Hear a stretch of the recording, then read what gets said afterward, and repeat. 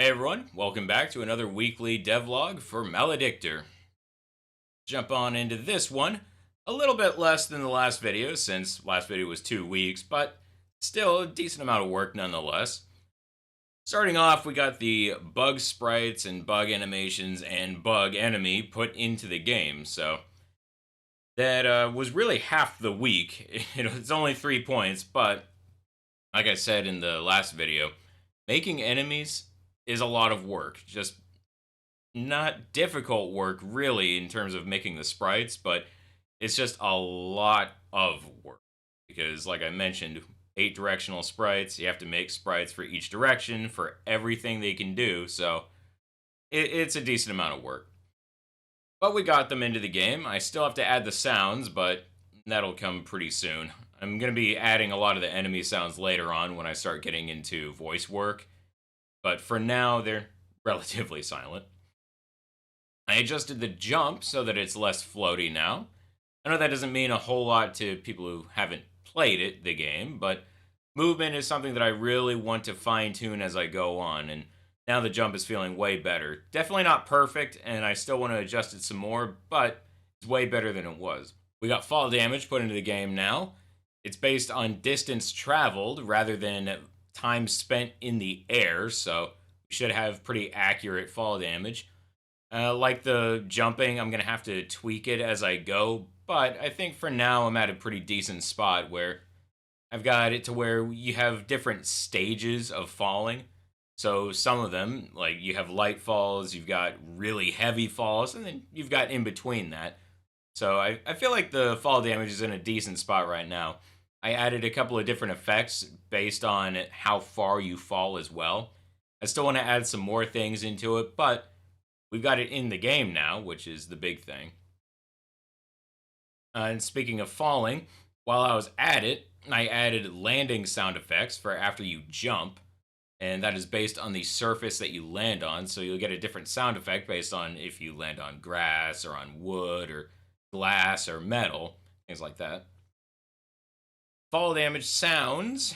I had to mix in the sounds for that as well. So we've got special sounds for when you fall based on how far you fall. So that sounded pretty nice.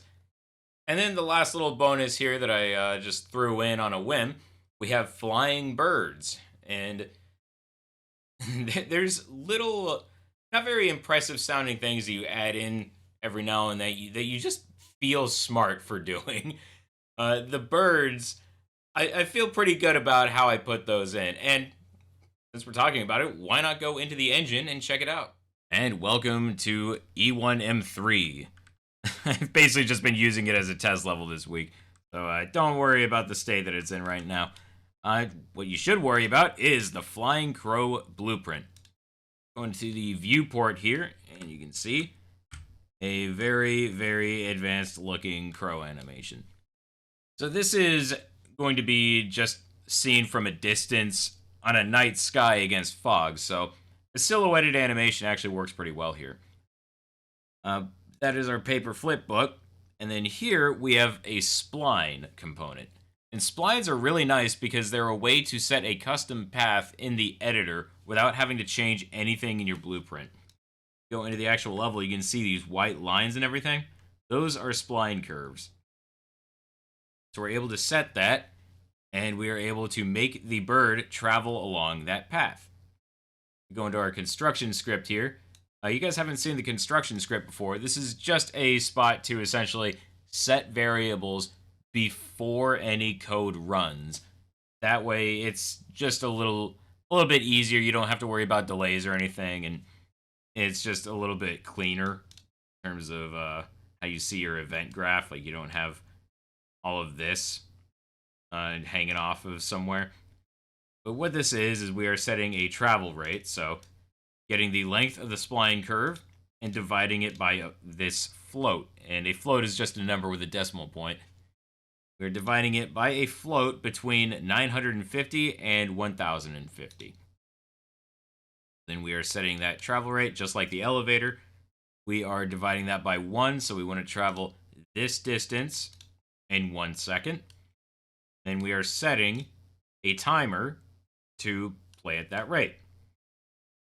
So if we just go through here from the start, we are getting the relative scale. So the normal scale of the bird, which if we hover here, it should be 1. Well, it's 1.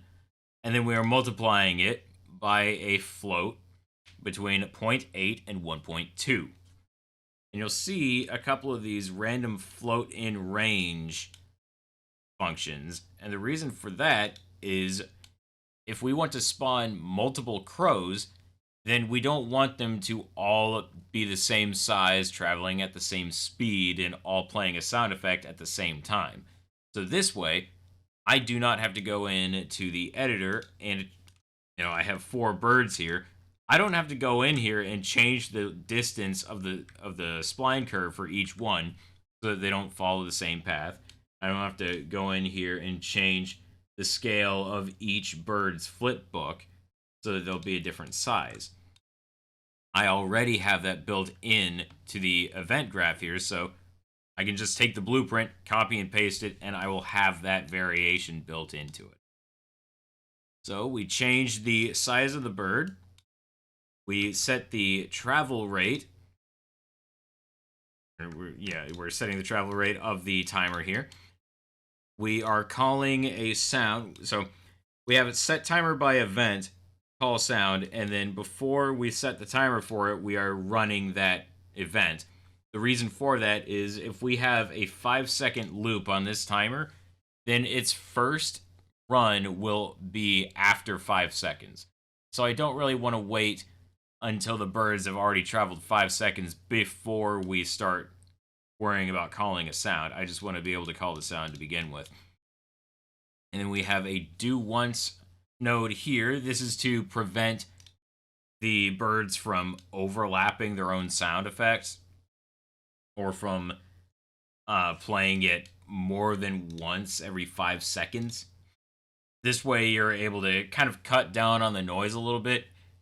And, I don't, because you don't really want to have the birds just cawing their heads off because, yeah, that might be realistic. If you've ever seen a big swarm of crows, they can be loud. And, it's a little distracting in terms of a game, though. So we have it set to where, we might have multiple crows all cawing at the same time, too. So we want to cut down on that. So this is just cutting down on chatter potential here. Then running a delay so that way they are not all cawing at the same time. Then we are playing a sound at the location of the bird. And then we're resetting the do once node here. I should talk about the sounds a little bit.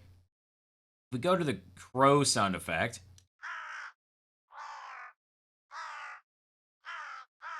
you might notice that one sound effect has multiple sound effects in it.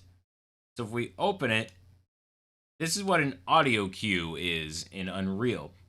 You're essentially able to have sound files with code in them already.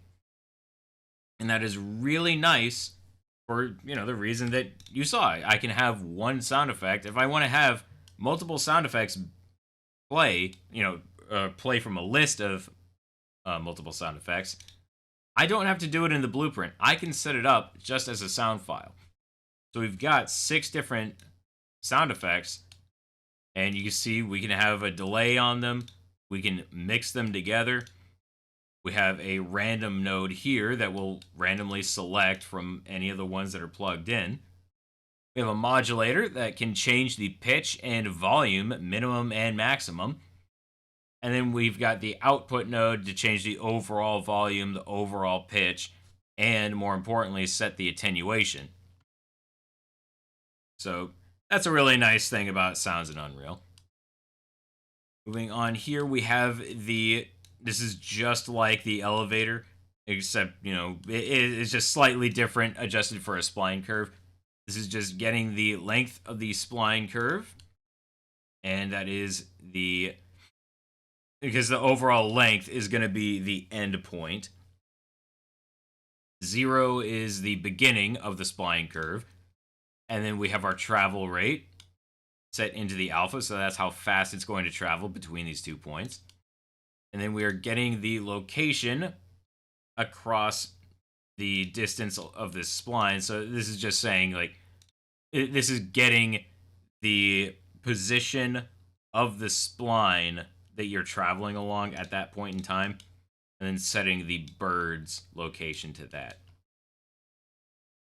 And what that will do is, overall, go into the game. We look over here, see multiple birds. We can see multiple birds come up, different sizes. They're cawing at different times. They're moving at different speeds. Here they come again. So one thing to potentially change is the travel speed. I might set it to be a little bit different because you can see we're starting to get a little bit too much space right now, but for now this is just a quick setup for it, and we can fine tune it as we go, but the way that it is right now, I'm pretty happy with it. And that'll be it for this week. Thanks a lot for watching, everybody. Make sure you take a look at the company Twitter account and follow there so that you can get more frequent updates on the game. Thanks a lot, everyone. I'll see you next time.